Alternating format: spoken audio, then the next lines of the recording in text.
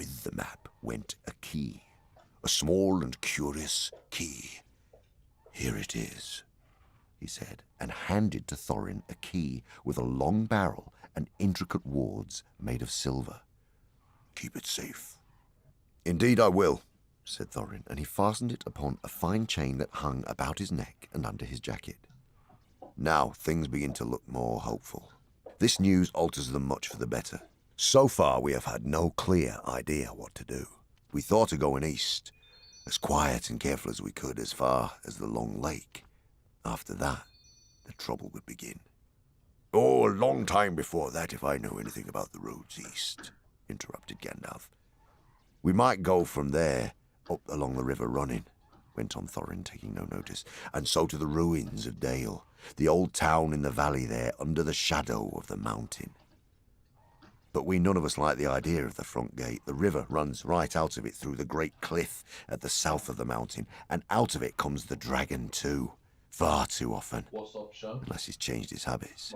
"That would be no good," said the wizard. "Not without a mighty warrior, even a hero. I tried to find one, but warriors are busy fighting one another in distant lands, and in this neighborhood heroes are scarce or simply not to be found. Swords in these parts are mostly blunt, and axes are used for trees, and shields as cradles or dish covers, and dragons are comfortably far off, and therefore legendary. That is why I settled on burglary, especially when I remembered the existence of a side door. And here is our little Bilbo Baggins, the burglar, the chosen and selected burglar. So now, let's get on and make some plans." "Very well then," said Thorin. "Supposing the burglar gives us some ideas or suggestions." He turned with mock politeness to Bilbo.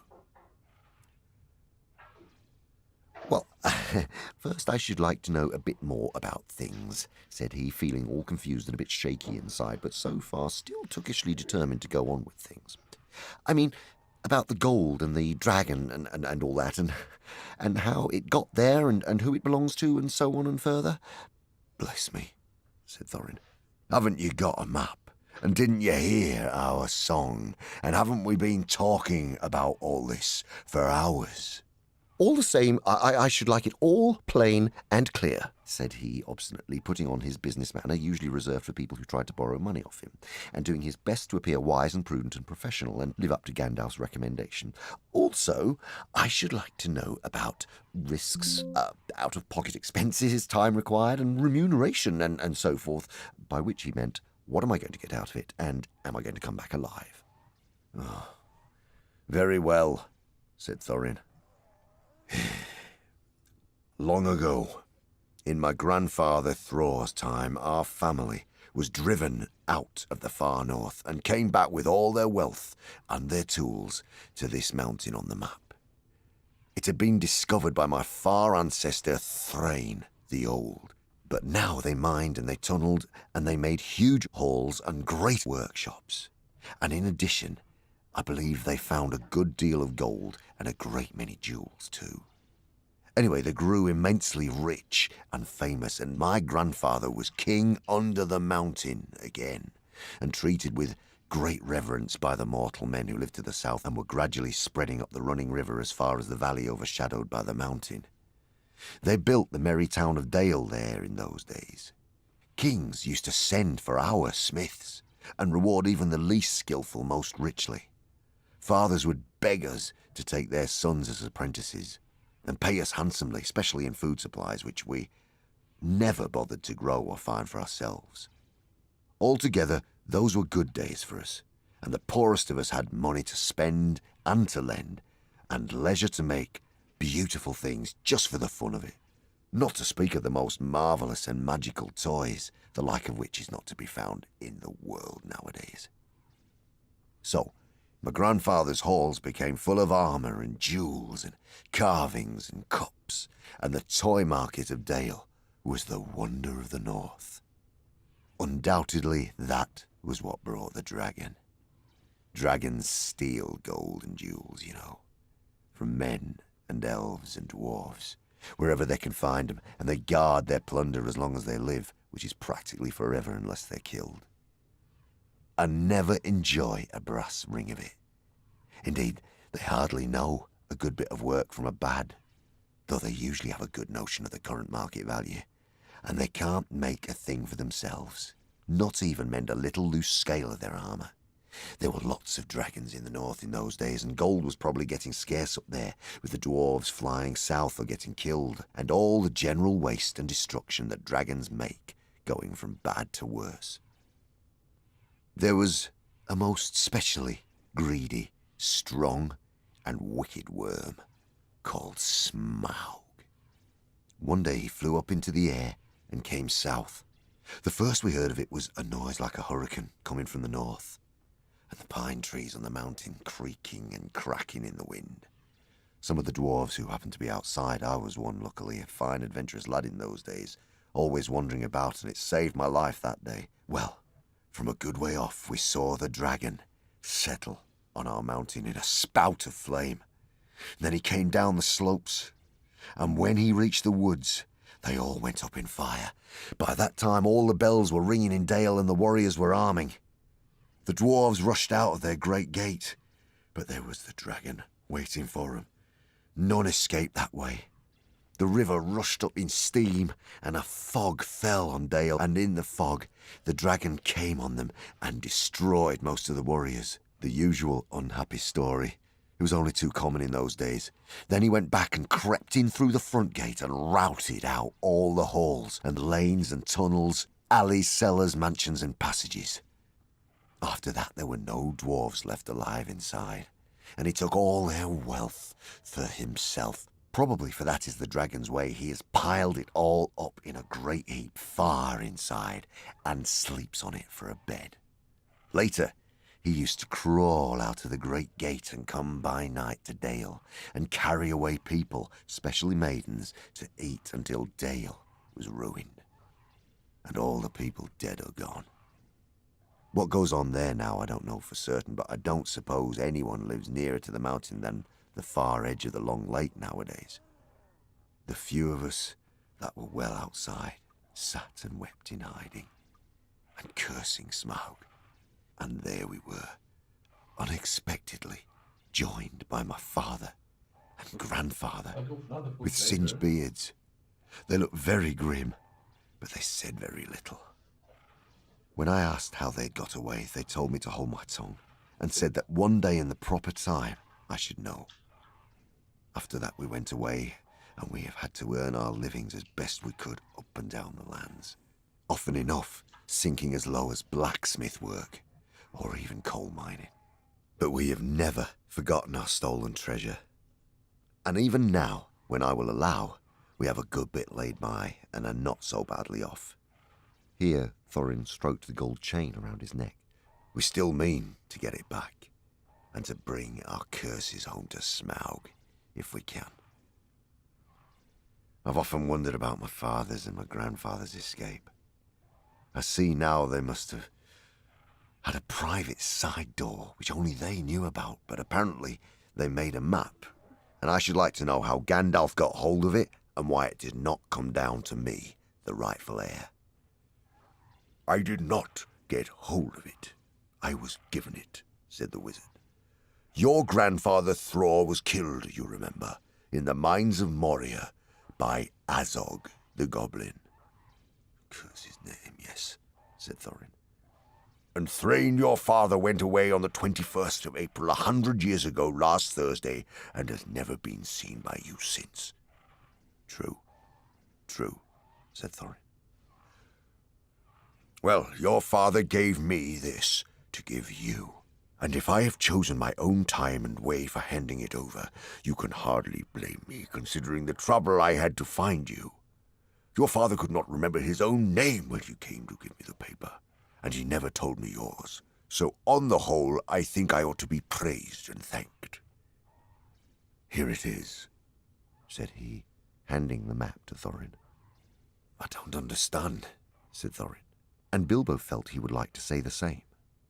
The explanation did not seem to explain. Your grandfather, said the wizard slowly and grimly, gave the map to his son for safety.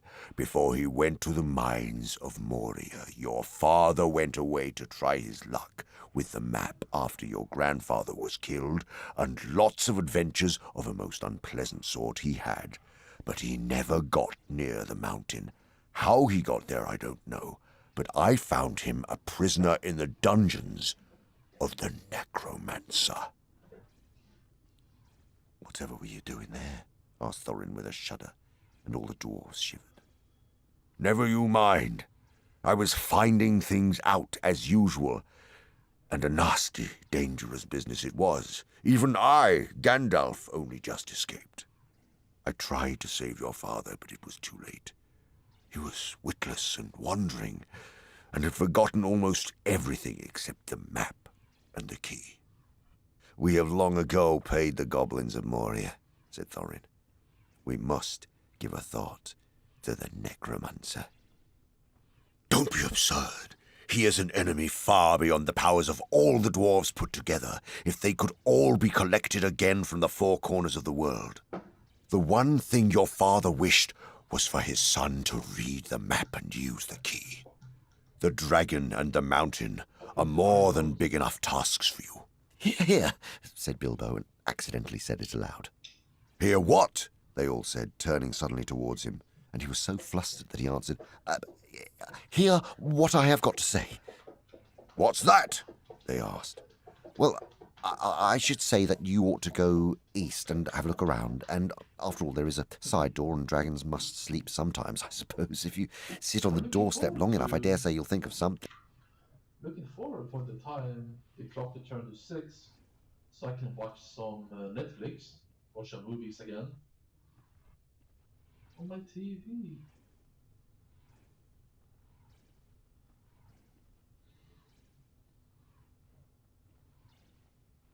And, well, don't you know, I think we have talked long enough for one night, if you see what I mean. What about bed and an early start and all that? I'll give you a good breakfast before you go. Before we go, I suppose you mean, said Thorin. Aren't you the burglar? And isn't sitting on the doorstep your job? Not to speak of getting inside the door. But I agree about bed and breakfast. I like 6 eggs with me ham when starting on a journey, fried, not poached, and mind you, don't break 'em.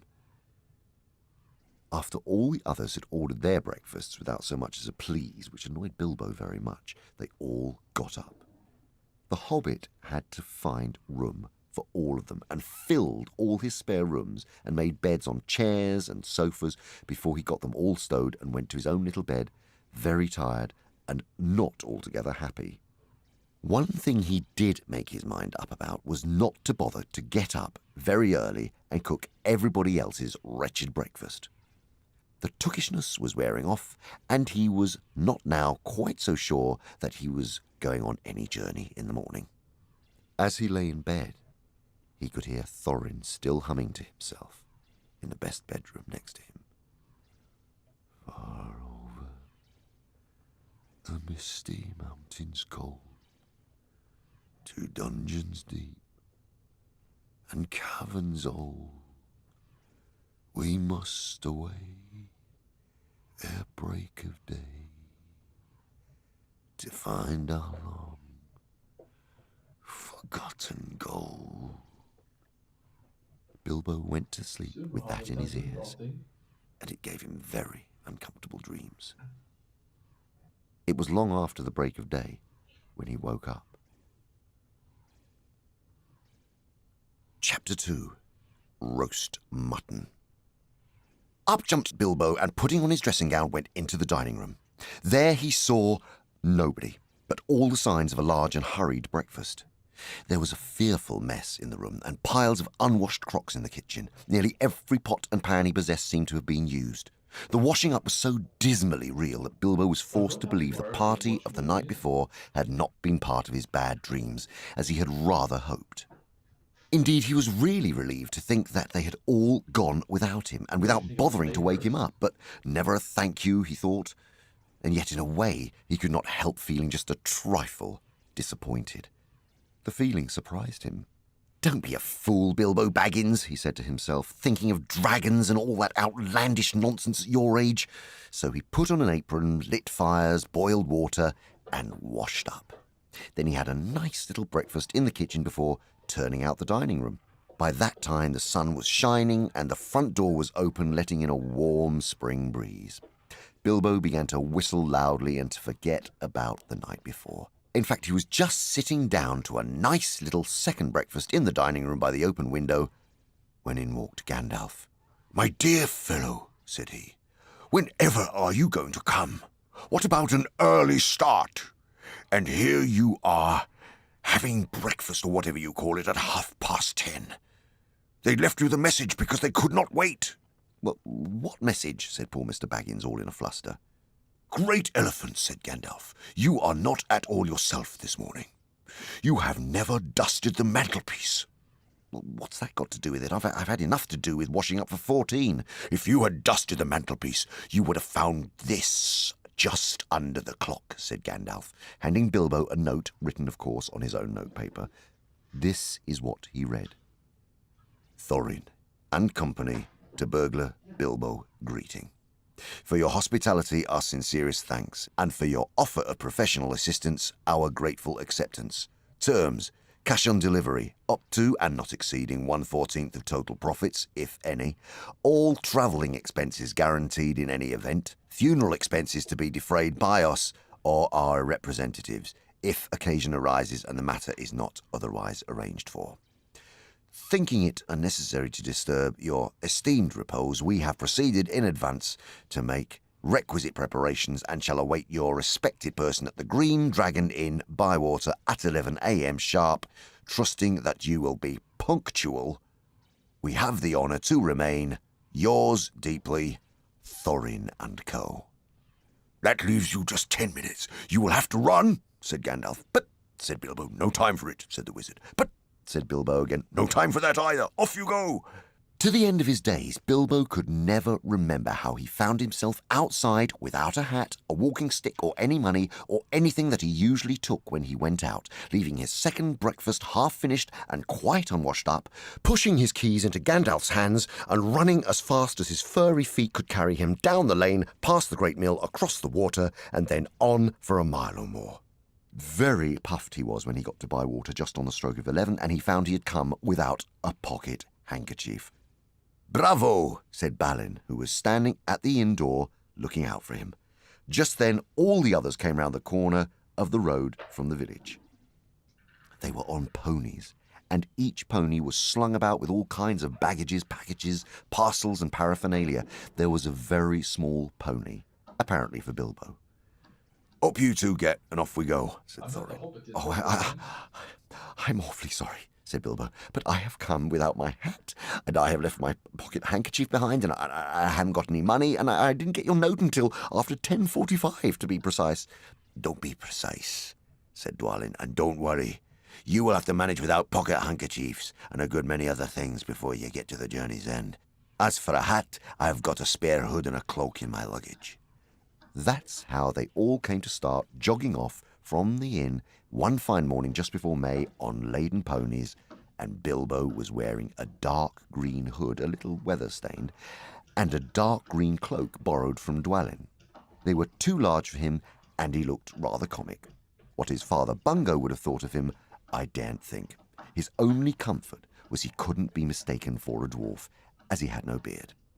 They had not been riding very long when up came Gandalf, very splendid, on a white horse. He had brought a lot of pocket handkerchiefs and Bilbo's pipe and tobacco, so after that the party went along very merrily, and they told stories or sang songs as they rode forward all day, except of course when they stopped for meals. These didn't come quite as often as Bilbo would have liked them, but still he began to feel that adventures were not so bad after all. At first they had passed through hobbit lands, a wide, respectable country inhabited by decent folk, with good roads, an inn or two, and now and then a dwarf or a farmer ambling by on business. Then they came to lands where people spoke strangely and sang songs Bilbo had never heard before. Now they had gone on far into the lone lands, where there were no people left, no inns, and the roads grew steadily worse. Not far ahead were dreary hills rising higher and higher, dark with trees. On some of them were old castles with an evil look, as if they had been built by wicked people. Everything seemed gloomy, for the weather that day had taken a nasty turn. Mostly it had been as good as May can be, even in merry tales, but now it was cold and wet. In the lowlands they had been obliged to camp when they could, but at least it had been dry. "To think it'll soon be June," grumbled Bilbo as he splashed along behind the others in a very muddy track. It was after tea time. It was pouring with rain, and had been all day. His hood was dripping into his eyes, his cloak was full of water, the pony was tired and stumbled on stones. The others were too grumpy to talk. "And I'm sure the rain has got into the dry clothes and into the food bags," thought Bilbo. "Bother burgling and everything to do with it. I wish I was at home in my nice hole by the fire, with the kettle just beginning to sing." It was not the last time he'd wished that. Still, the dwarves jogged on, never turning round or taking any notice of the hobbit. Somewhere behind the grey clouds the sun must have gone down, for it began to get dark as they went down into a deep valley with a river at the bottom. Wind got up, and willows along its banks bent and sighed. Fortunately, the road went over an ancient stone bridge, for the river, swollen with the rains, came rushing down from the hills and mountains in the north. It was nearly night when they had crossed over. The wind broke up the grey clouds, and a wandering moon appeared above the hills between flying rags. Then they stopped, and Thorin muttered something about supper and where shall we get a dry patch to sleep on. Not until then did they notice that Gandalf was missing. So far he had come all the way with them, never saying if he was in the adventure or merely keeping them company for a while. He had eaten most, talked most, and laughed most, but now he was simply not there at all. "Just when a wizard would have been most useful too," groaned Dory and Nori, who shared the hobbits' views about regular meals, plenty and often. They decided in the end they would have to camp where they were. They moved to a clump of trees and thought it was drier under them. The wind shook the rain off the leaves, and the drip, drip was most annoying. Also, the mischief seemed to have got into the fire. Dwarves can make a fire almost anywhere out of almost anything, wind or no wind, but they could not do it that night, not even Owen and Glowin, who were specially good at it. Then one of the ponies took fright at nothing and bolted. He got into the river before they could catch him, and before they could get him out again, Philly and Killy were nearly drowned, and all the baggage that he carried was washed away off him. Of course it was mostly food, and there was mighty little left for supper and less for breakfast. There they all sat, glum and wet and muttering, while Owen and Glowin went on trying to light the fire and quarrelling about it. Bilbo was sadly reflecting that adventures are not all pony rides in May sunshine, when Balin, who was always their lookout man, said, "There's a light over there." There was a hill, some way off, with trees on it, pretty thick in parts. Out of the dark mass of the trees they could now see a light shining, a reddish, comfortable-looking light, as it might be a fire or torches twinkling. When they had looked at it for some while, they fell to arguing. Some said no, and some said yes. Some said they could but go and see, and anything was better than little supper, less breakfast, and wet clothes all the night. Others said, "These parts are none too well known, and are too near the mountains. Travellers seldom come this way now. The old maps are no use. Things have changed for the worse, and the road is unguarded. They have seldom even heard of the king around here, and the less inquisitive you are as you go along, the less trouble you are likely to find." Some said, "After all, there are 14 of us." Others said, "Where has Gandalf got to?" This remark was repeated. Oh, whatever. I got bored now. Let's go back to the Hobbit. I think after this, after later, after done later than that. After.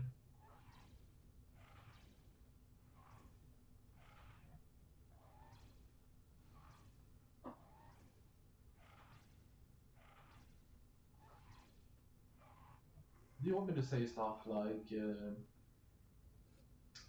Magical University?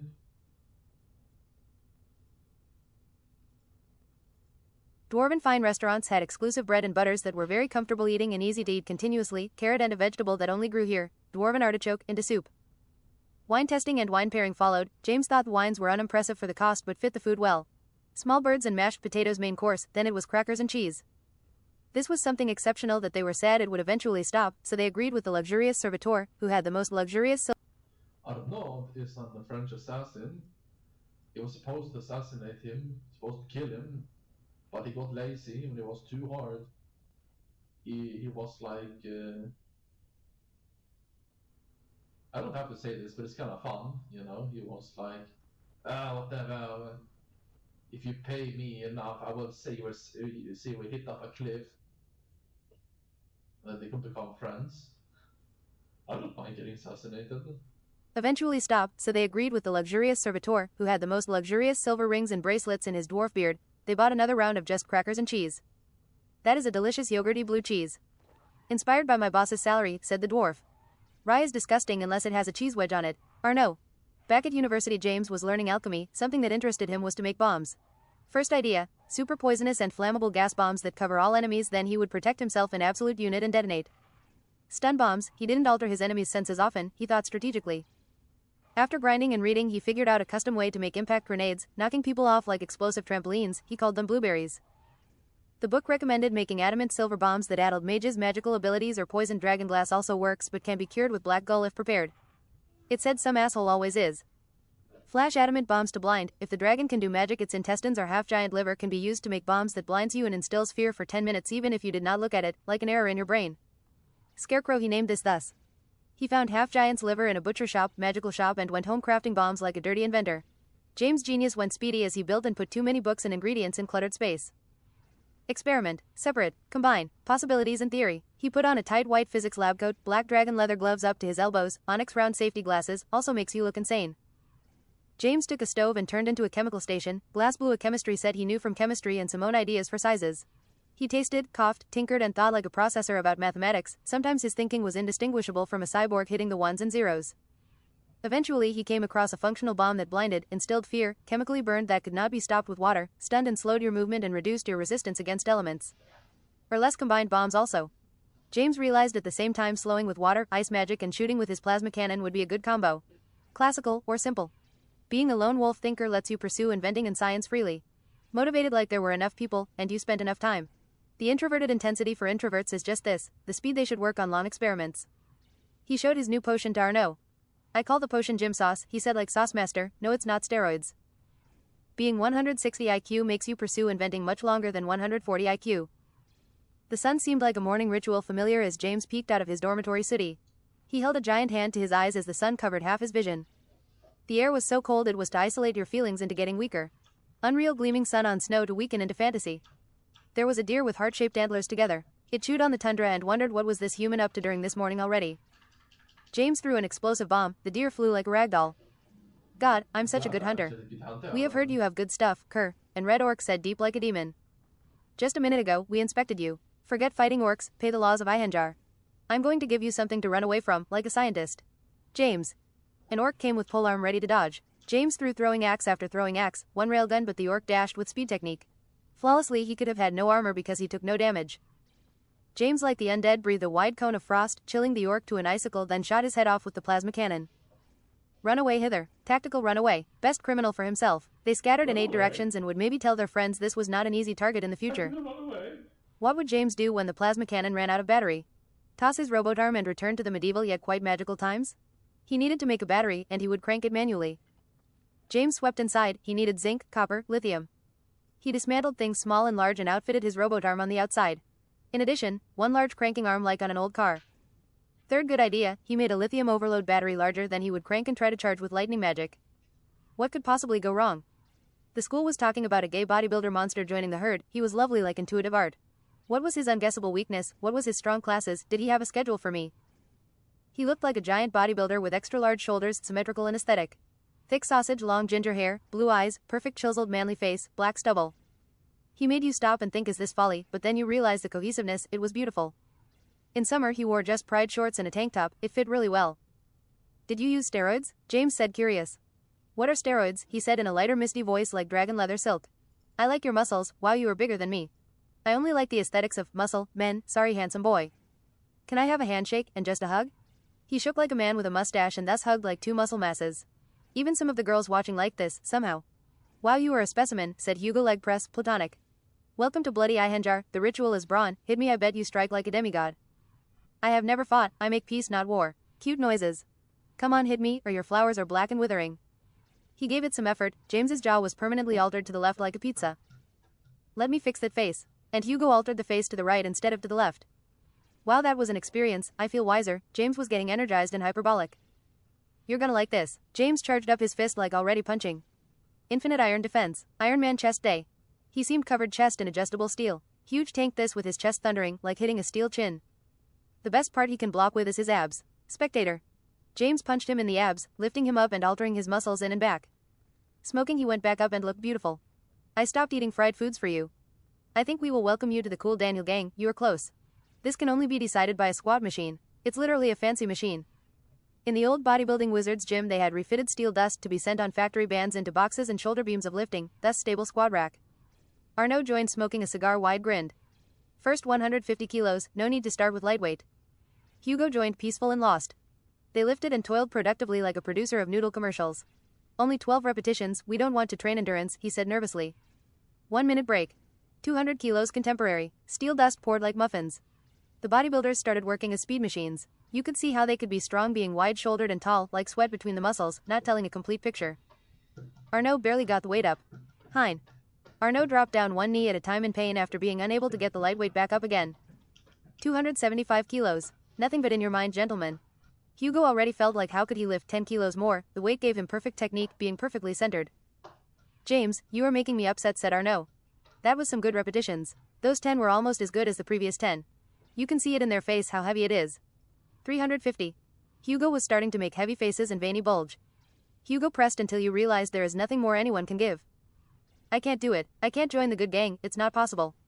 No one can beat me at the squat machine, it's okay, said James, still having more to give like an infinite wine bottle. We just wanted to see what you were made of. Also you had to beat Arnaud. Shut up, said Arnaud Frenchly. Snored. Daniel and the cooler Daniel welcomed Hugo to the team, tolerant of gayness like coolness in denial. As a unit James climbed up the entire 40 levels until the top of the tower, on teal poison ivy like a magical lizard, convincing Arnaud to climb into wizard adventures. It wasn't normal for him thus. There was a wizard with whirring contraptions and teal stalagmites. He pulled out a casserole bent over as James's head popped up. It was not a casserole meant for mortal eyes. What are you doing? I'm trying to quantify magic, there's a method to the numbers and boring signs of Einhenjar Cosmos. You should come to my lessons, magical history. I'm going to use my store away close knick-knack whirly tink. Summon Parmesan cheese. No, not that one. How does that work, said Arnaud. It teleports something you own, fairly close into the thingamajig. Summon Wisdom Stem Mark II. We shall leave you to the casserole, honorably. Can I have the recipe for the casserole? Give me something small whirly tink. Arnaud and James sat on the rooftop smoking new Arnaud pipeweed modernities. Look at that artificial university skyline. I feel like cosmopolitan students. This wisdom stem made by drunk monk Uric Aran Ursel is healthy thus. I feel sharper and decisive with every drag. People won't smoke it because it's not the same drag as being stupid. They puffed and exhaled through every crevice, there was smoke lingering around their faces like icy mist. After 15 minutes. This is the last cleany wine, like cheese it is consumed while being fun and expensive. Never have I been able to afford enough delicacy cheese, it disappears like a wish. You must find going out of business cheese shop. This is like sitting down exercising. You are fun to be around like a high energy cat, I'm glad to be able to call you my friend. I'm thinking like you right now. I am a feeler like a directed whirlwind but you can match the insanity. Probably because we are equal combatants. Not too dry. There is a legend of the first warrior of Einhenjar who instead of dying they said he would just go on a dwarven elevated train ride endlessly through Einhenjar. He talked to travelers, shares his wisdom. People have said they have found him in the train. He was promised to never die and that is never the way you think. For his wife is a different story, she was told she had to eventually die so had no choice but to live through life's pleasures, games and drink, theater and opera, then die. A story of continuity and inevitability. To live forever you must change your perspective. That is the lesson. James started mouthing some propane. You can drink propane? That's gnarly. It is a fuel rich in calories, smoky like a camel. I can drink propane too. Really? You don't need a spell.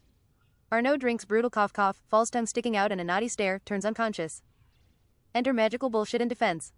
Are you vulnerable to your senses pupils? What if I stunned you, swept your memory with my tea and stirred it into an antidote too hot to drink? The teacher Ignatius looked clever and was cunning, he had expertise and thought at least enough to be a step ahead.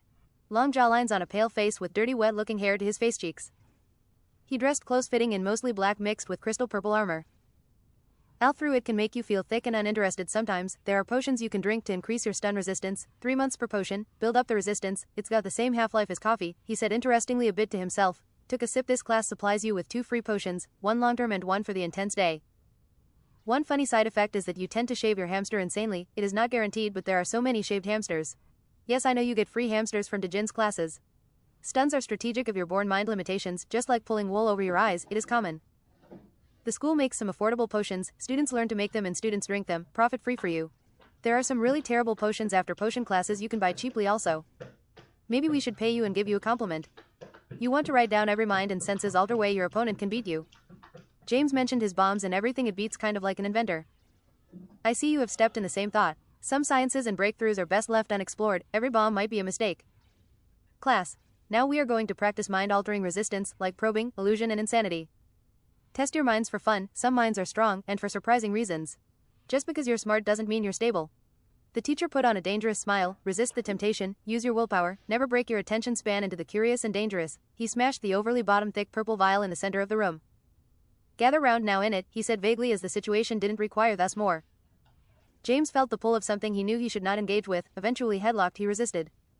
I think you're not stable enough because you haven't been treated human before in life, shame James, you are an excellent student they say. James held on, this challenge didn't need a stable house. I can manage just fine clinging in grey wilderness, James thought, I'm just not happy. I see Jacques has thought, what happens if I give in into the intriguing unknown?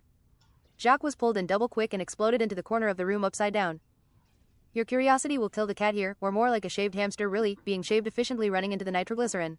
Boom goes the dynamite. And my coffee table, with the power of friendship I'm going to shave your head. No, my head. With the power of friendship.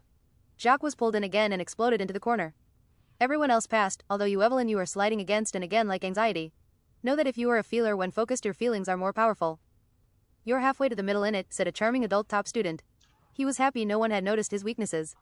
For the mind-probing part we have an alien, a master butt prober, he is harmless and useless really. Baron, used to do it proficiently and professionally. It's about analyzing your brain, he said in a confusing Finnish-Japanese accent. When it was James' turn he felt nothing at first, he was having some strange thoughts. Do you feel anything strange, said Ignatius. It's the unusual things you need to remove, focus on it like an idea and remove it like you could flush it away with a spell. Identify what's strange and not you. Every dark spirit feels like an opposite. More strangeness came in waves and soon James spent going back and forth. When faced with powerful illusion you want to counterspell, sparkly unicorn fries and go backwards as you thought they had gone in your mind, it doesn't have to be entirely correct, it corrects itself with the spell. He looked at the class, what the creator of the spell gets to name it. The class held on grunting like mammoths, holding with the help of beams, surreal. Remember class, we won't tolerate any use of lotus psychosis here, you will get kicked out of the dormitory and spanked with a dire baguette 750 times. What's lotus psychosis? Said James like a main character to his classmates. It's a drug that ruins your personality into a zombie, only talking about popular fashion and movies and claims the souls of someone you never knew. Eventually you are a zombie, parched and dry, desperate for water. People do it because they are addicted, it's a problem on Ihenjar, it's one of the few things that crushes plot armor. Maybe one should be careful criminalizing new drugs. You sound like an idiot. No, I just believe in decriminalization to reduce eventual crime, like an officer. If you make something like weed legal you stop drug lords, syndicates, killings and systems, infrastructure of crime, there are legal tricks and ways. They have to walk and get normal jobs. Politically blind, thought her, influenced by his smarts like the sentences were clarity spells. James would learn to turn himself into a rabbit, the ultimate vegan spell, in transmog class through top skill and solitude, unwavering skill. You must learn of animals through your heart, not always thinking, feel what you need to feel, be an animal. Understand animals how they are brilliant, fine and different even if they are not as smart as a primate. But dolphins, parrots, especially gray African ones can be as smart as chimpanzees, 50 IQ. Gorillas can vary greatly in intelligence individually can have up to 85 to 90 IQ recorded cases like Coco the gorilla. Smarter than contemporary politicians, they just don't speak, you have to get the smarts through sign language. Gorilla deadlift record is 1,000 kilos, said James. Tip. It is in the emotions, not always their behavior. Pet many animals, said a fat but short purple-dressed senior wizard. Like a toad she wasn't pretty but had have people confidence in her conservativeness. She made everyone play fair and could implement any magical system, giving order and productivity indeed while doing so. James read through the many pages and details to the advanced magic. He was a machine only concerning skill. Before the teacher was done, he read lightning quick and poof turned himself into a black rabbit a meter long on his first attempt. Are you saying I'm not fast enough, James? Outstanding move. James went around the room at far from maximum speed, feeling inferior from the short height. He had a chiseled face, concerned with herbivore things, looked more dangerous than he was. It was quite pleasing traversing on 4 legs, you easily learned to coordinate and accelerate. Like for example, if someone scared you, you would be balanced. The genius prodigy Nougat Nigel learning university at 13 went to pet him. You get this without effort? James said in a sexy deep rabbit voice. James started biting a chair leg, industrious. Honestly, I feel I miss a lot of information from school, even if easy. He felt proud over his life like an adult. Transforming and trying to take mana, but not staying as an animal eventually through these classes, pay attention. Smashing, said Nigel. Nigel read and realized in a different way but productive to him, poofed into a grey Angora rabbit with a walrus mustache, he shrunk like a machine. He jumped to James, they laid next to each other in different directions and flopped. What would the bunny do today? They were concerned with survival like stress. They stapled rabbits like 2-dimensional pyramids, only to fall into frustration. In the end, half the class succeeded. It was as tricky thus, like plowing through your entire mind and pushing 1 level higher. Classical tricky transmog, not everyone would succeed, thought Urquell. She was focused in the difficulty. The best thing to succeed in school is intelligence, maybe. Nigel's older sister indeed turned into the nicest dinosaur alligator. Next we will learn to inhabit strength and properties despite being a smaller animal. Some will always be lost. Second transmog class. Toad-looking Urquell ECHLM teacher said outside. There are spells only when in animal form. Echoing breaching boing is used to scale tall schools, galleries, maybe escape with an explosive start and part of water counter magic. It's not unlike getting launched by a bomb, it works on herbivores. Our school is full of rabbits, the furniture is new through in my dress. Most of the progress practice jumping as an animal can be quickened with this Drake-root curry leg steroid extract. This is what the 1000 deposit for this class was for. No, it's not like those steroids with BI effects class. Think of a trampoline, wave your fingers in a spring and echo through the building diagonally. You've seen the students do it here, launching like steroid launchadors for late lunch. Attention was given to URK as she bent her interesting fat body into squatting. Like this. Urquell turned into an azure rabbit boing and exploded 100 meters diagonally. Before you could say scaredy cat, the rabbits were flying in all directions like overpowered long-eared uncatchables.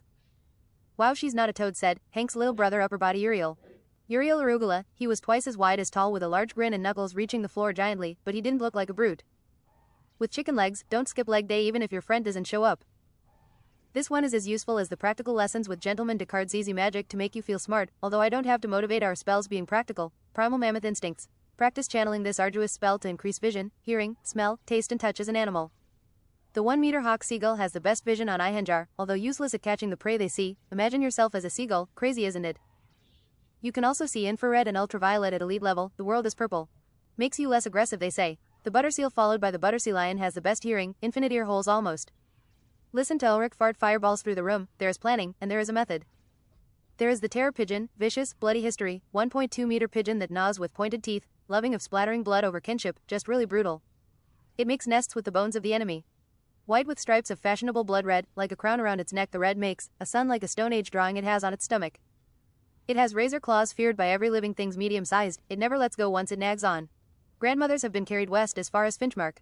Showing submission is one way you might survive against it. What about the giant sea parrot? Yes, the 2.5 meters pirate parrot, bane of seamen like the diarrhea pigeon, has almost the most acute hearing, 300 colors and survive like alpha centaurs. Remember to offend and confuse it with curses, it swears like a sailor and will taunt you into cruel, tearful mistakes. If you get one as a pet it will outlive you, and you get eaten. Smell the tiniest amount of poison, said a student average and sweaty. The fatiga strider, cousin of Canadian elk, lives to be 400 and never eats a poison it can smell.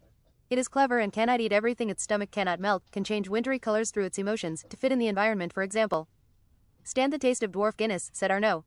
Keep going, said Urquell. Get a seizure from trying to touch too much. The galvanized smelly bead leveled as a 1-meter touchy fella, disarms your opponent with smell, doesn't age as we know, like a naked mole rat. Good luck getting through the tempered steel cuirass, so we call its chest. A test for staunchy men and magical cannoneering. Having stronger senses like a superhero is ideal, like imagine if you were deaf. What did you say, said Arnaud like he was gurgling wine. I have beaten all these animals with a vicious baguette cudgel, I am the apex predator. Magic makes us apex predators. James whacked him strongly with a baguette which made Arnaud flip to the side and bring the seat and desk with him. I'm sorry my friend is stupid, we're treating him acutely and desperately. James. I remember when we talked about the benefits of quantum mathematics with greedy population control analysis, and he was setting up a luxury restaurant meal in the back. Now when we are going to practice overexcited senses, it wouldn't hurt if you set up a French meal. Like Arnaud had been the biggest school sports star and had heard his significance, he set up a fine dining table with James and their friend Grey Jordan. They poshly drank in suits and were quiet and pretending privilege to the expertise university. You eat like a thick brown horse, said the fat kid. I don't concern myself with the opinions of the sheep, said Arnaud in upper echelons. Fat kid Foubar transformed into a rabbit and bit him in the forearm, and James twisted his nipple, which made Arnaud make a goaty baw sound. This works on French people. Going back to normal senses was disappointing but motivated James to do more of his physical training. Once a bodybuilder, once an animal with stronger senses. One thing James did as a rabbit was discovering the grounds, magically warmer and green some places. Other animals understood him, but they didn't have language. He exited the purple antioxidant beet bushes and saw Ekberg's delicacy store in Ekberg picnicking with his wife. Visibly he jumped to the parasol, thinking not to transform into a human. Wow, what a big cute rabbit, said Ekberg. He was balding underneath his bowler hat but still had a thick grey mustache down to his chin, 2 ways, and the energy of his 50s. He was the kind of capitalist to celebrate growth with expensive wine bottles. Wherever I may make money, wherever I may roam, selling delicacy. James flopped, breathed quickly through his nose, staring Rabbit innocently and analyzingly. Do you want some of these dark chocolate-covered marshmallows with frozen raspberries? They're out of our stock now, he said more quiet. Nom nom. James thought it would be funny to jump over their stomach again and again, and it was very bunny-like. We're drinking some celebrity-sweetened and aroma-infused wine. James popped into bodybuilding form, wearing an armless black and 20% white suit, striped and striped shirt, and logically matching pants. Do you have any port? Berkeley hamster, you like bodybuilding? I can barely use the dwarven exercise machine my wife bought for me. You should train your entire body at once in it, she said, making you expect her to say anything else. Those machines are pretty boring, honesty, James said unexpectedly and kind of like wheezing. Sorry, I thought you were a stupid rabbit, said the wife vaguely. I have port fitting of Port Salut, he said, and expertly exited like a theater writer. Our income is so erratic owning a shop, but we get a consistent amount of wizards. Looks like you're the closest to the university. Enter port at AU 1104 with 2 expensive wine glasses and slices of cheese. I can thank you by inspecting your shop, analyzing. Do you have any stunning, mind-blowing cheese? I don't have any fat percentages, but I'm a gourmand. A gourmand makes you unhappy most of the time. You're looking for new stunning things. You don't have to, but sure, Mr. Student. James left buying 8 boxes of marshmallow dark chocolate 70% off, Italian breadsticks varying in huge size, delicacy coffee like Italian, delicacy licorice that makes you cough smoke, and a wheel of green pesto pine nut black olive cheese that flavor-wise actually made complete sense. Obviously it was Dutch. As James left in the university horizon like a gunslinger, the man exclaimed to his wife. That boy is crazy for buying a wheel of cheese. What is he going to do with that? It was a big wheel. How much money did you make? Even in the night James explored vegetation and other animals. There were bushes and holes dug by large animals filled with smaller animals. Every angle and exterior was noted by his brain, keeping it for some unknown use, like explaining it to someone else. There were basements similar to the castle, almost catacombs, rooms being mostly accessible or with spells. Other rabbits were friendly and could have been other students. James crashed through the window of Ekberg's delicacy shop as a rabbit, having launched 100 meters approximately. What a big cute rabbit with the large ears. You're like a ball of hugs, said Ekberg with his mustaches almost muffling the voice. The room was dark wood with charming wooden rough tables, thick custom-made wide legs, sometimes barely cut. It was rustic and sold rustic coffee. It smelled of capital kind of nasty smells and breadsticks, fried bread.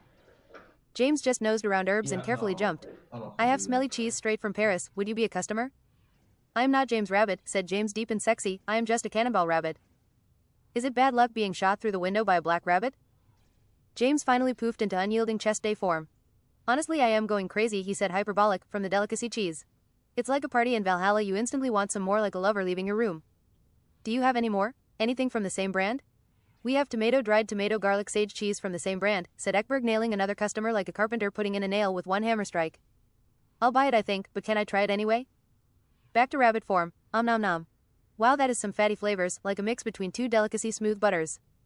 Do you want a wheel again? If it's interesting, James transformed back into human form. Do you want me to donate an ingot to this fine small business? Yes, I think I do, sir. I'll buy 3 wheels then, 9,000 quid, right? Cheese is expensive. Ekberg went and brought the 3 wheels he had. James pulled a 10,000 purple Maystar ingot from his Babylon Infinite hamster. The hamster seemed addled but flexible. You won't believe the gold clover of insane adventures. Give me 1,000 back. Anything else? Krug and Chardonnay, 25-year-old. You should try Alchemist Gold Buckle. Wizards increase their arrogance and slurp with purple lips, golden chemistry. Chardonnay and Alchemist then. If you drink Chardonnay 975, you will want more though. Blessed are those who can afford. Find a way to increase your income. James went into a wheezing Spanish fat laughter. James put the basket into the hamster, then broke another window, jumping, concerned with studies. In air, thunder and sparkles class, James was fighting Arnaud. James had a groping pose fitting his giant hands. Stop, Arnaud, you can't take his punches. Yes, I can. EUHUEG, ECHH. Arnaud just gets more handsome as you beat him up. Arrogant power, sparkling connection. Arnaud glided through his groping and zapped his buttocks with his fingers. He was agile like a puma. Ouch. I'm just testing your connectivity, let's up the wattage. Arnaud sidestepped a slap but then got hit by a knuckle. In slow-mo fittingly we can see James made a lightning power plant requiem punch into face absorbing like a fat belly. Blue eyes blazed as James made an impact of muscular lightning. Lightning jetted everywhere. Arnaud's face was chiseled as he laid on the ground, body resting on elbow. Glass pyramid stealth. Arnaud tiptoed around until James showed his back. Counter baguette. Arnaud's both thumbs inwards, fist closed amid distorting lightning on his arm. James was stunned for 2 seconds, smoking, then attacked competitively. Greased lightning. James hit Arnaud in a blur of finger pistols, index finger. Come on James, use the particle technique, I can take it as a superior assassin. Super Collider. James smashed Arnaud into a suit cube with the sound of a gigantuan hammer slamming down on an anvil and a gunshot, and then he flew across the training room for elemental magics. Wow, he took that like a puffy poodle, said Ignatius. That's the worst I've seen since Apple Whiskey Wizard transmogged into a Nokia under the hydraulic press. No one seemed to blame James. Ignatius, teaching competent magic, again proclaimed, that was a good demonstration of the techniques. Everyone read to page 37 and I'll allow you more 1 versus 1s. Lightning flows on weirdness like magical ability is mono blue. Keep imagination, weirdness and creativity. You were holding back, right James, whispered Ignatius Fiddlefirump and turned his head. I think I can reach records of strength if I keep practicing Super Collider. Lightning is air magic, said Ignatius intelligent. Air magic when angry someone stepped on your chemistry set. You can still change the winds, stop arrows, walk on clouds and fly backwards when you reach last year. Air magic holds versatile things like there is easy to speak about shifting things. With swords you can bring down a different thunderbolt, command the sky like it would not betray you. Double jump and triple jump early. You fly like you're sitting down flying a car. Hands on 10 and 2. Flying drains mana actually class, especially in the takeoff in the beginning, especially when thinking too much and being too emotional, when not optimized through magical aerodynamics, when not perfected. What if you chug a mana potion in the air? Uriel pet his pink cat Smitten. It was a 3-tailed wide-faced cat that could eat like an adult, menacing and hypnotizing. In potions class they were making strength solutions. I know lightweights who pop strength solutions constantly and beat every belligerent beatnik, said Dwarf Alforer with a bronze mohawk and square-edged nose the size of a fat fist. It gives me diarrhea. Shut up, said Alforer. It makes me constipated. Shut up. Another potion that is technically a strength potion is Foot in the Grave Draft. You know you don't feel how tired and fatigued you are, burned out, boundless energy like bipolar for 2 hours, but it reduces your lifetime. There is no cure against burnout. I'll figure it out, said James. Just don't get burned out. The only perfect performance is allowed through perfect recovery. A cheerful tomb then. He was known for throwing piercing black javelins and being one of the few survivors of military Blackhold Tarbay and Ihenjar. There are ephemeral strength solutions that make you equally weak afterwards, but they are stronger. With your potion skill you will learn to make strong nerd potions, to muscular insecurity, seeing red, reverse entropy polarity, bursts of benign brawn, robust sexy bodybuilder professor, and even extreme strength. Reverse entropy polarity is also a spell, it reverses healing spells and you could die. Don't pee in the solution of entropy. Tell me again how you hold the fort at Blackhold, said James. With these bare hands, said Alforer. Wizard's Purple Lips prosecution potion hails every time a wizard has turned an enemy into a pigeon and removed their beard and also insults their wife. Wizard's misspelling. It's useful for other things than getting drunk, like finding your keys, glasses and fridge. It cleanses your kitchen sink and cures you from arcane underbite and lisp. If you want a worse wizard's misspelling you can grind down a baguette instead of bratwurst, finish with cream cheese when stirred teal. Arnaud's cauldron exploded. Merde dans ma baguette, shit in my baguette, said Arnaud. I see you let it harden in laziness, there's crucial moments and moments that doesn't matter. What an idiot, said James. Fat Kid Fubar forthright stole the rest of his ingredients and started to make shady experiments. You can have 1 pint of misspelling each. Write down a summary of alcohols and how alcohol-creating ingredients are related. They are related to bombs we can see from alchemy. Transcontextually you need alcohol lessons for alchemy. James thought the words were dancing as he finished just a few sentences. Strength potion diabetes, you can definitely drink too many strength potions. This isn't fair, said Arnaud, only feeling free when pushing limits. What's diabetes? Shut up. What goes with the rest of the misspelling? We're going to use them to clean the toilets for giants and blow up the infestation of idiot lions. 3 birds, outstanding tit, were sitting on the balcony. Fubar started inflating the one in the middle with a flick of the wrist and wand. Look at the flick of the wrist. He's not going to land, you oaf titnave, said Sapphira. He's just going to release some pressure. Fubar, surprisingly dominant against the weak, deflated the tit and it farted like butt magicians. While drunk you can still make strong nerd potions. Make it matter more towards our grades. It works through your adrenaline system, putting in something like bloodfire through electric. Gives you more endurance than strength, like an animal stronger than humans. When you put in more than 12 repetitions its endurance and will improve. So put in more than 12 Bowden Fava beans. What's the amount over 12 beans? More than 12. But what's the amount? More than 12. What if I put in curry vanilla stock? No, Nigel, you won't improve any recipes like this. I know it's powerful. Nigel felt sad when he should have felt improvement. The secondary ingredient must fit with the first and fourth we can see on a table. I pushed myself too hard. Hope they hit each other too hard. So basically, just by streaming a third game today, I was like, used up all my brain. I just want to chill now. Used up all my. I feel like I haven't.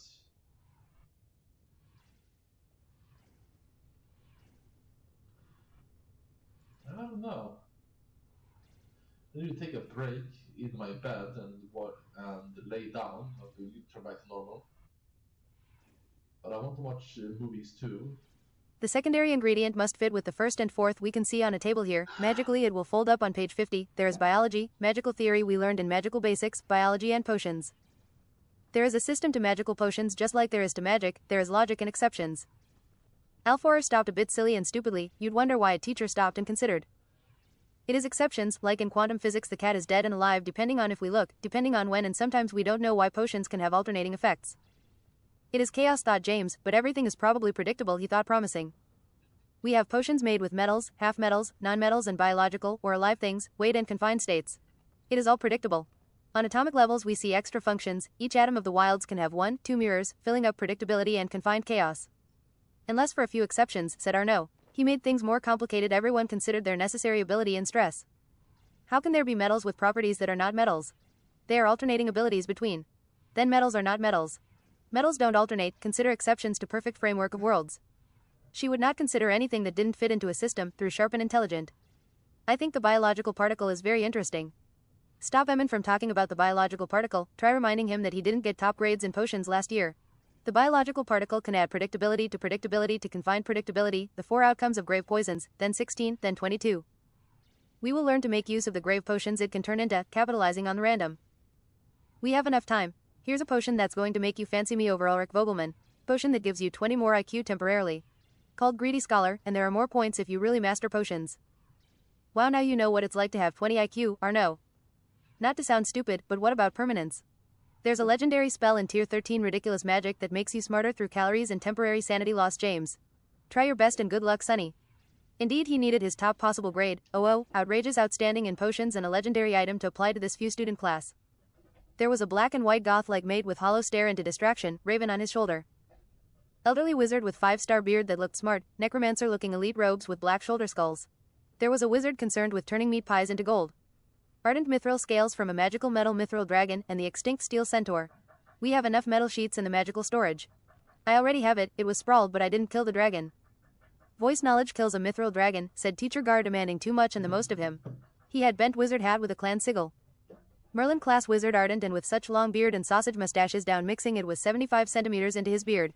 He looked elite like lethal. I wonder if thing would be different had he no beard nor sausage mustache. You need reanimation 10 through healing at final class, or nowadays we just restore the scales into a mithril malicious sphere ourselves, it's a one-time thing. The elderly wizard blasted the hovering scales with power, it violently changed, purified. With spiritual like magic, half healing you must keep connection with the sphere, keep it with you. It whispers to the smart like faint potential. Yes, it will start the transform when given sanity, keep the connection with life force and magical healing like the shaman druids do. You can't overdo it, you'll turn lost. If you succeed today, students expect to gain 4 IQ per year, that's 40 in 10 years. James practiced the shaman healing technique, it required brains like reading about quantum physics, like it could be explained longer. Let's try it thus, blast on. James did everything genius properly, understanding like he was a leg up in every unknown science, afterwards he was exhausted like he had tried some new experimental medicine. Navigating with less sanity took time. I want to deep free your raven snort, James said. Kidding maybe. Very good, James, ho-ho, eat a protein bar. Conspiracy theories seemed likelier and all connected. The government was definitely fake and unnecessary. I'll do this before I go to sleep, my dreams will be insane. There's a new experimental spell that uses up muscle to make you smarter, what would you sacrifice for IQ? There's a spell that allows you to pull infinite food from a Babylon hamster. The infinity allows for more impossible things, like turning a copy into something real. What kind of food? A baguette, a French kind of bread. I don't believe you, too macabre. The wizard got upset and would bless his journeys to prove he was right. French white wine, whiskey and wheat. This tier 13 ridiculous magic is all I expected. His hamster was coughing cutely. Look, said the masterful wizard and pulled a bottomless bread. Maybe there's a limit to the infinite cheeks, has anyone ever tried to scientifically discover the limit? I've seen a guy put a Mumsford piano he was going to carry with him into his red-black hamster. The hamster looked upset, inflexible, honestly. I can envision people switching with the hamsters. Don't be presumptuous, they are infinite. Teleportation class thus. Greetings unhurt classmates. Aged like a cheese, there was a wizard with insane eyes, white mustaches 1 meter to right and left 1 meter beard like 3 thick arrows, bigger in the middle. Archwizard Pagast the no-unicorn hornrider, you wondered if he was sane and competent but enthralled, yet he quickly convinced you, turning you into the same high-energy wavelength. Terribly useful teleportation is, it's all about mana costs one student coined. I gave him an F. There is a worse grade than F? Said James. Yes, there is S for Schnauzer. There are many mythical grades for students dragging the bottom, said Pagast. There are some special incantations required for going different places, Yeah, let's finish the university part and let's go back to... There are some special incantations required for going different places, top students as you are, requiring all the smart classes. I love my job. Soon things will click like scything dollar grass. You will start to just teleport, most of them, with just thought and gesticulation. Never start doubting your ability to teleport just with thought, that's where you start going places like Florida. What's Florida? It's the worst state. Not even Satan visits Jacksonville. They say it's the way it is because Satan leaves it alone. People are higher energy whimsical from Florida than California. At least the band Abiotic comes from Florida. They are not the same, it doesn't count. My friend banishes people to Jacksonville. We do not speak of it, answered Pagast. Maybe you should go to another class. I don't care about this class, I'm just going to use vials to teleport. Pagast teleported behind him. With that attitude you will only learn scrapes. Let's learn to teleport to the main entrance of Solgar Docks, it is easy to learn. Pagast squatted and put his hands on knees. Circumference, radius, radiator. Left was a purple-white cocoon very faint hovering, crunching like electrical errors. He's gone. I better go down to check if he's there. Arnaud teleported somewhere close. Pagast teleported back with his hands on hips, elbows out. You can absolutely work on making teleports, putting them in flasks, or better scrolls. Wizards do it and feel no shame. I don't want to work with something so repetitive. Making money for someone is 90% repetition, and 90% of work is making money for someone. You can always make something. Making money for someone. I need quiet for this sentence.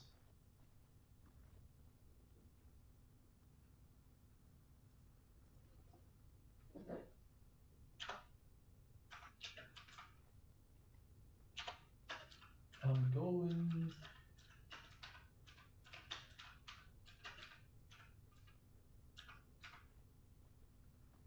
Making money for someone is 90% repetition, and 90% of work is making money for someone. You can always make something worse with perspective chat. Where is our no class? There are brackets, nets of modern locations to visit, the more populous, usually easier the spell. You can access it now in your mind. Say it or think Solgar Dock. James for example entered a large 3D rotating university destination in his mind. Population 8.400 connected to warrior orc nests, the multitude, elven archipelago inspirations and practical college university atoms. Squat and put your hands on knees, cross fingers. The class disappeared like thoughts about dinner. 20 minutes later. Try practicing just thinking about the stance and crossing your fingers, this is how they do it. Hello monsieur.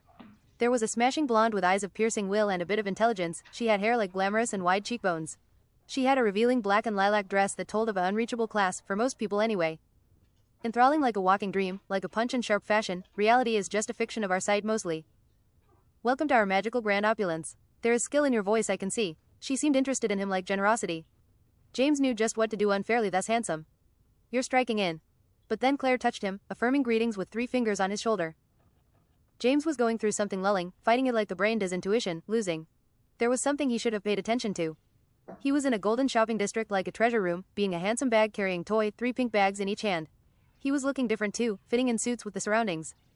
He understood he must hurry to the outstanding shops. There Claire walked in, everything was so interesting. She was changing clothes into golden dresses like a fish, mage clothes and swimming gear, unbelievable. Do you like what you see? James exited the golden dimension and returned, not really being there the first second.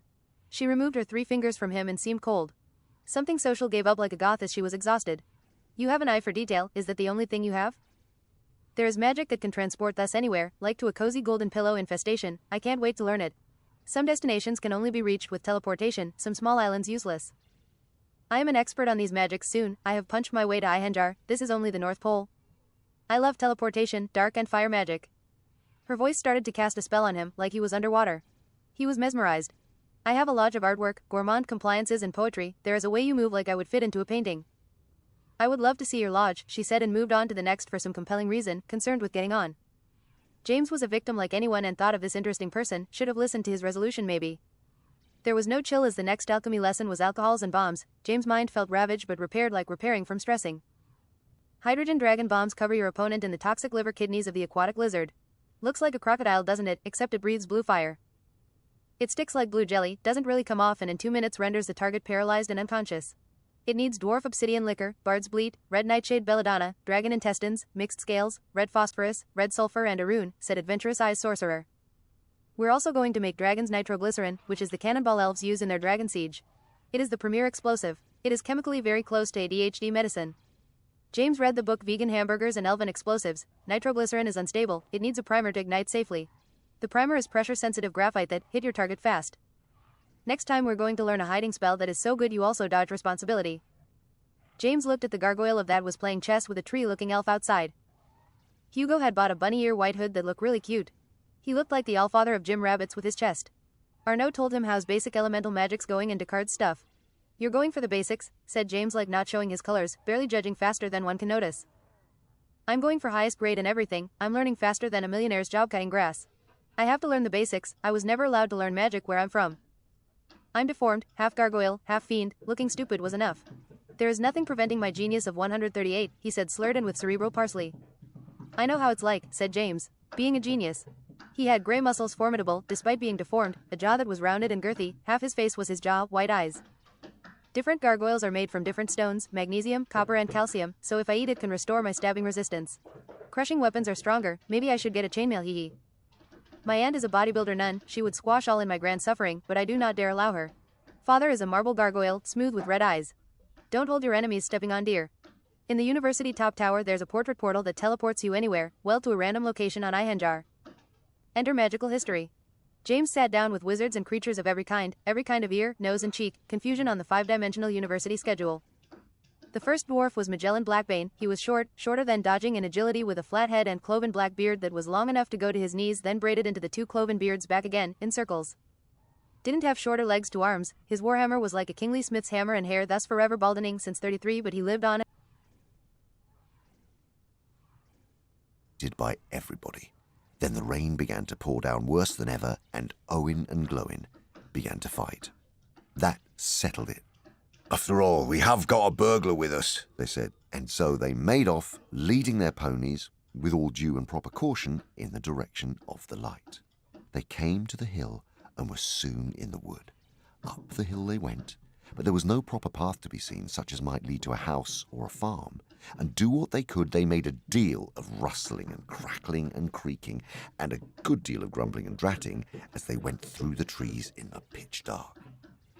Suddenly the red light shone out very bright through the tree trunks, not far ahead. Now it is the burglar's turn, They said, meaning Bilbo. You must go on and find out all about that light and what it is for, and if all is perfectly safe and canny, said Thorin to the hobbit.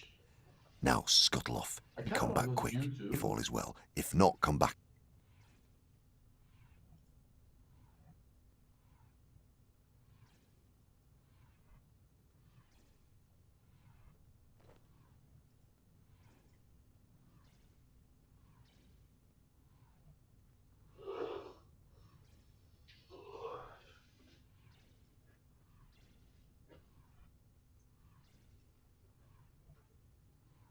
Goodbye, YouTube.